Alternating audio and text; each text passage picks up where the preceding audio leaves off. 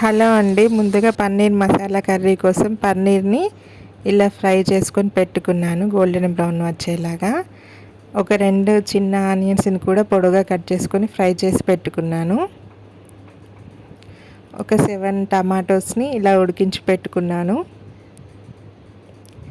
Next ఉడికించిన టమాటా, fry చేసిన ఆనియన్స్ని ఇలా మెత్తని పేస్ట్లా రెడీ చేసుకోవాలండి. మిక్సీకి వేసుకొని ప్యూరీ అనేది మెత్తగా ఉండాలండి. మనకి ఇందులో అవసరం ఉంటే జీడిపప్పును కూడా యాడ్ చేసుకోవచ్చు. నెక్స్ట్ స్టవ్ మీద ఒక కడాయి పెట్టేసుకొని ఆయిల్ వేసుకోవాలండి. అందులో 4 దాల్చిన చెక్క ముక్కలు వేసాను. అలాగే 2 బగారా ఆకులని ముక్కలు చేసి వేసాను. 1 స్పూన్ జీలకర్ర వేసాను. ఇది బాగా వేపుకోవాలండి.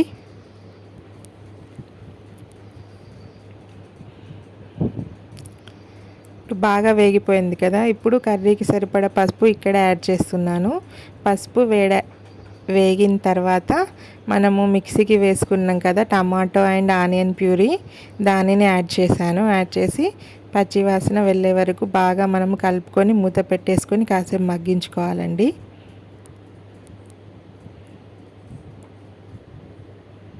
మధ్య మధ్యలో కలుపుతూ ఉండాలి. మనకు ఒకవేళ గ్రేవీ బాగా చిక్కగా అనిపిస్తే వాటర్ యాడ్ చేసుకోవచ్చు. నాకు థిక్గా అనిపించి కొన్ని వాటర్ యాడ్ చేశాను ఇక్కడ. ఇప్పుడు కర్రీ మొత్తానికి సరిపడా కారం ఇక్కడ వేసుకుందాము.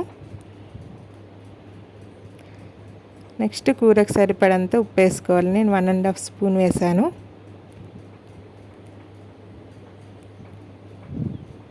ఉప్పు కారం వేసాం కదా, ఇప్పుడు ఒకసారి కలుపుకోవాలండి. నెక్స్ట్ 1 స్పూన్ ధనియాల పొడి వేస్తున్నాను. 1/2 స్పూన్ గరం మసాలా పొడి యాడ్ చేశాను.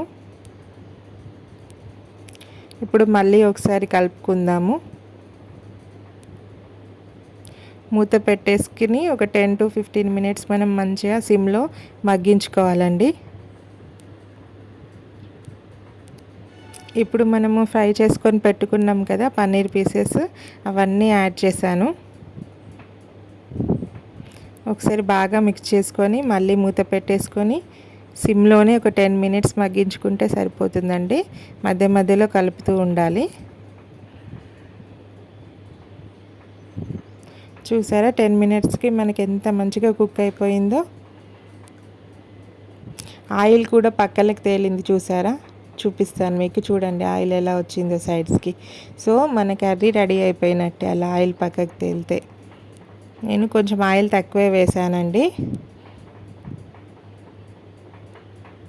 ఇప్పుడు సన్నగా తరిగి క్లీన్ చేసి పెట్టుకున్న కొత్తిమీరని యాడ్ చేద్దాం.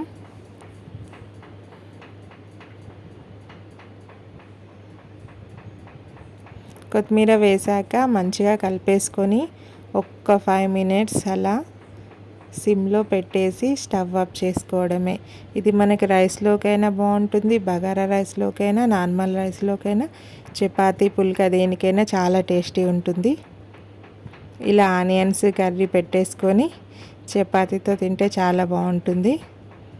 మా మమ్మీని ఎలా ఉందో టేస్ట్ అని అడిగా, సూపర్గా ఉందంట చెప్తుంది. మీకు ఈ వీడియో నచ్చినట్లయితే ఒక లైక్ ఇవ్వండి. అలాగే మన ఛానల్ని సబ్స్క్రైబ్ చేయండి. Thank you for watching. Have a great day. Bye bye.